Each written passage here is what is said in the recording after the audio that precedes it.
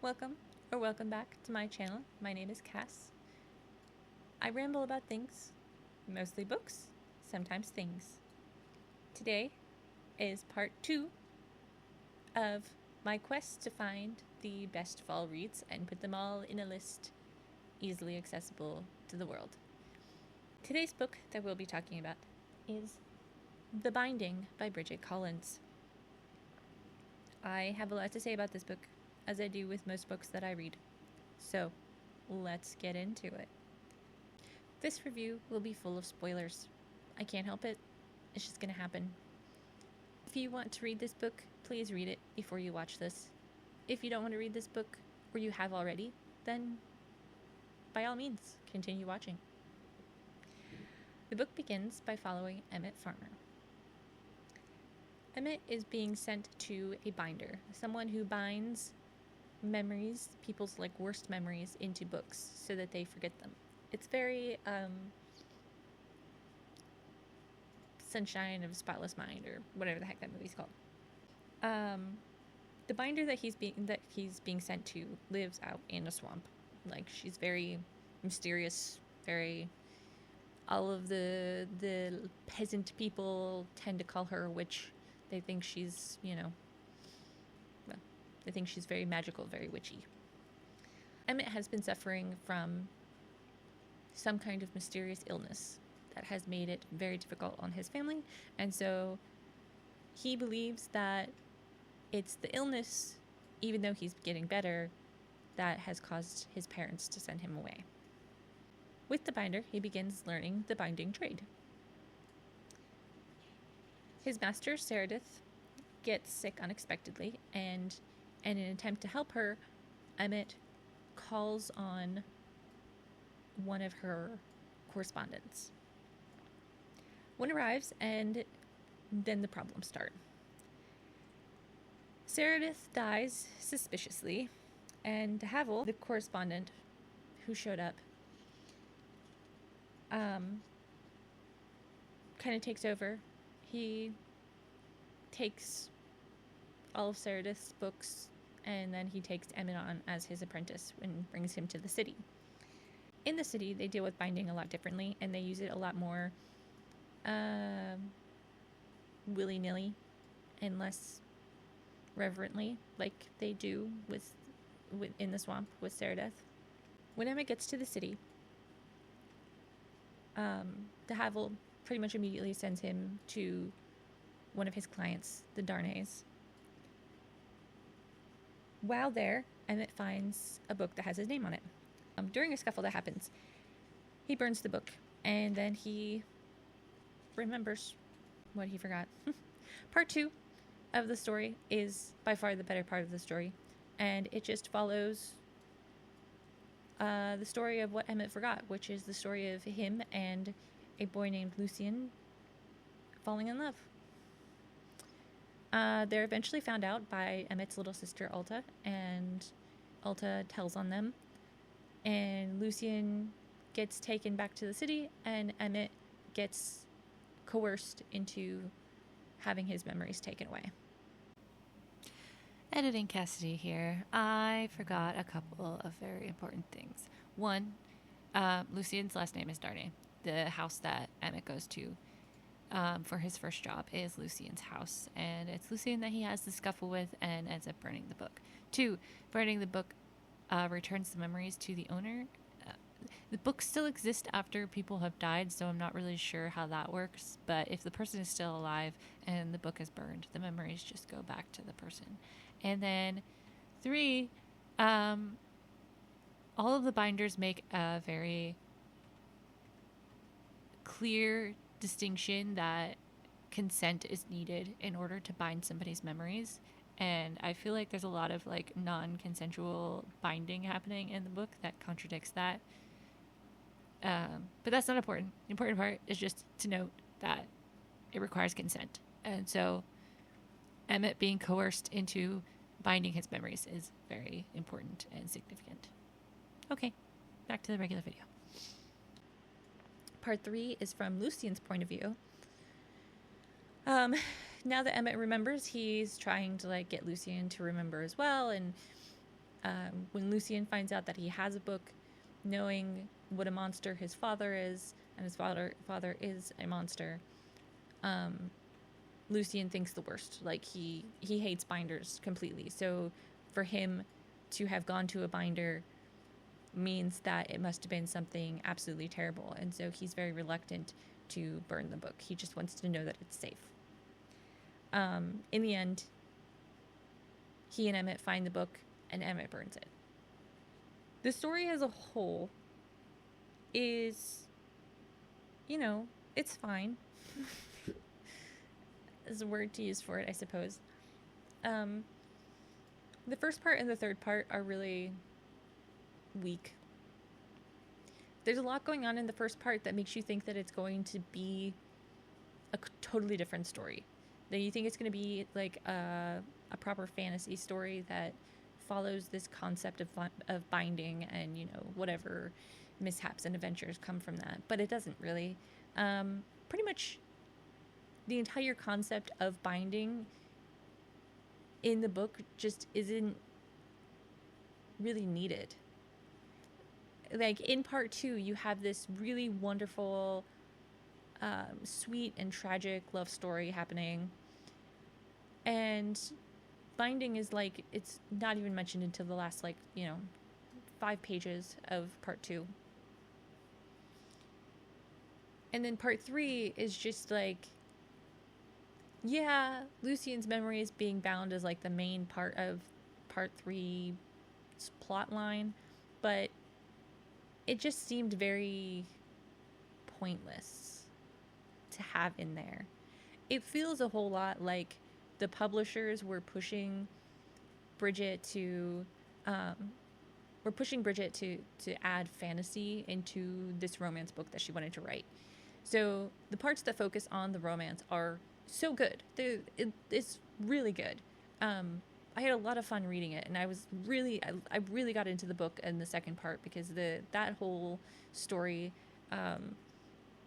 where Lucien is like, he's pretending to woo Ulta, when really he wants to be with Emmett, and so he and Emmett, of course, have to hide their relationship because, of course, everybody is super homophobic because it takes place in like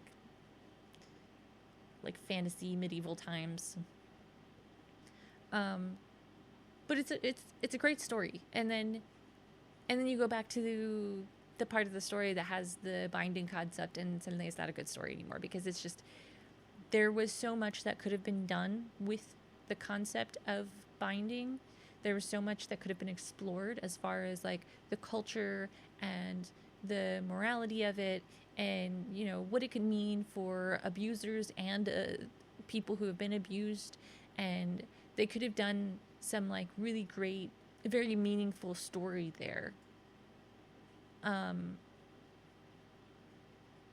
just about the concept of binding. And instead it just kind of got wasted. Like I said, the first part, you have this like build up where Emmett is in this cottage in the swamp, and he's starting to be trained by Saradeth, and Saradeth very clearly has a set rules and morals on how she handles binding, and it's very interesting. And then you meet de Havel, and you realize that he has like totally different ideas. And they introduce the concept of like trade binding, where people who have studied something all their life, before they die, they bind away all of their knowledge into like a textbook. And all of that is like really interesting. And I was very excited about it because I thought it was going to go somewhere. And then it didn't. And so like throughout the book, they talk about how Emmett suffered from this horrible illness because he was a natural born binder who had been bound, and when binders get bound, it doesn't always sit well. And so the fact that his illness was so bad meant that he was going to be this incredible, wildly talented binder. And they just like kept repeating that, and then they did quite literally nothing with it, like at all. and it got to the point where even the last part was really frustrating too, because it was much shorter than the other two parts, and the whole idea of Lucien being afraid that he was like his father, who his father would like rape their young maids, and then he'd have the maids' memories bound so that he could do it again without any like consequence. And he also took pleasure in like reading the memories of the girls that he raped. It's very gross, very graphic. This is a very good warning for you. If you can't handle that kind of stuff, don't read this book, because there's a lot of sexual abuse and rape and stuff happening in this book. Which is why I say that it could have been, the book could have been a lot more meaningful as far as like abusers and abusees, and like the dynamic that creates and the culture that creates. If all of the abusers can just make the people that they're abusing forget that they're being abused, like what does that mean for society as a whole? Do the abusers just never face any consequences to their actions because their abusees always end up forgetting that they were abused in the first place? There's a lot of interesting questions that I would have liked the book to have explored, rather than just being a romance. And like I said, part 2, that romance story was so good, and then you get to part 3 and it's just kind of meh. And you finally get to the end, and the end is like they're just like burning down houses at this point, because the thing about bound books is that they want to be burned, because memories don't want to be in books, they want to be in people. And so if you light one, it just goes up immediately. And so when they find Lucien's book, Lucien like is like, I don't want to know what I forgot. Like, I'm afraid of what I forgot, but I know that it's safe now. I know where it is. I know who has it. I know who's read it, and that's fine. And then Emmett just, goes and burns it regardless. And while I understand why he did that, because it is really silly that Lucien, like, it's just very silly, because it's like, we know that the memories aren't bad, but Lucien doesn't. But it also feels kind of icky that Lucien clearly didn't want to remember, and Emmett took that choice away from him. And that feels kind of gross, And that's basically how the book ends. Is like Lucien remembers, and they're just like standing in this alley, and they're like, what do we do now? And that's it. That's the end. And I was really upset by that, because it felt like such an abrupt ending that didn't really, I don't know. It just felt unfinished.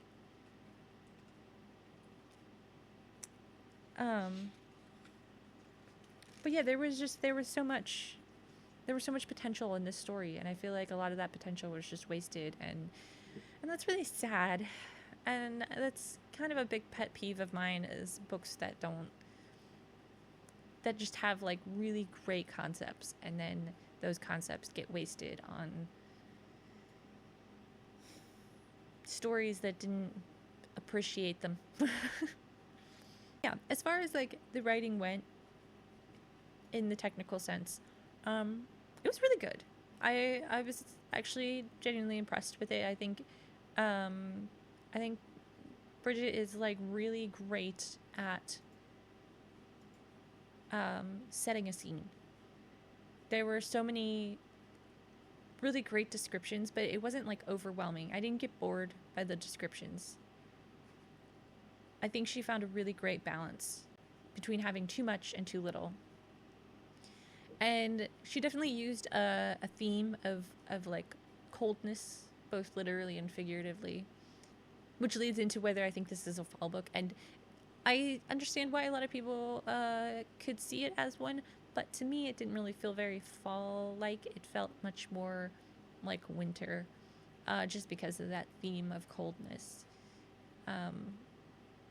Like, the book takes place over the span of a year, but it feels like the majority of the story takes place in wintertime, and you feel that through the whole book, and the themes of the atmosphere of winter you feel throughout the whole book. And it just didn't feel very fall-like to me. I feel like I should clarify that I'm not just looking at whether the book actually does take place in fall or actually has like fall iconography in it.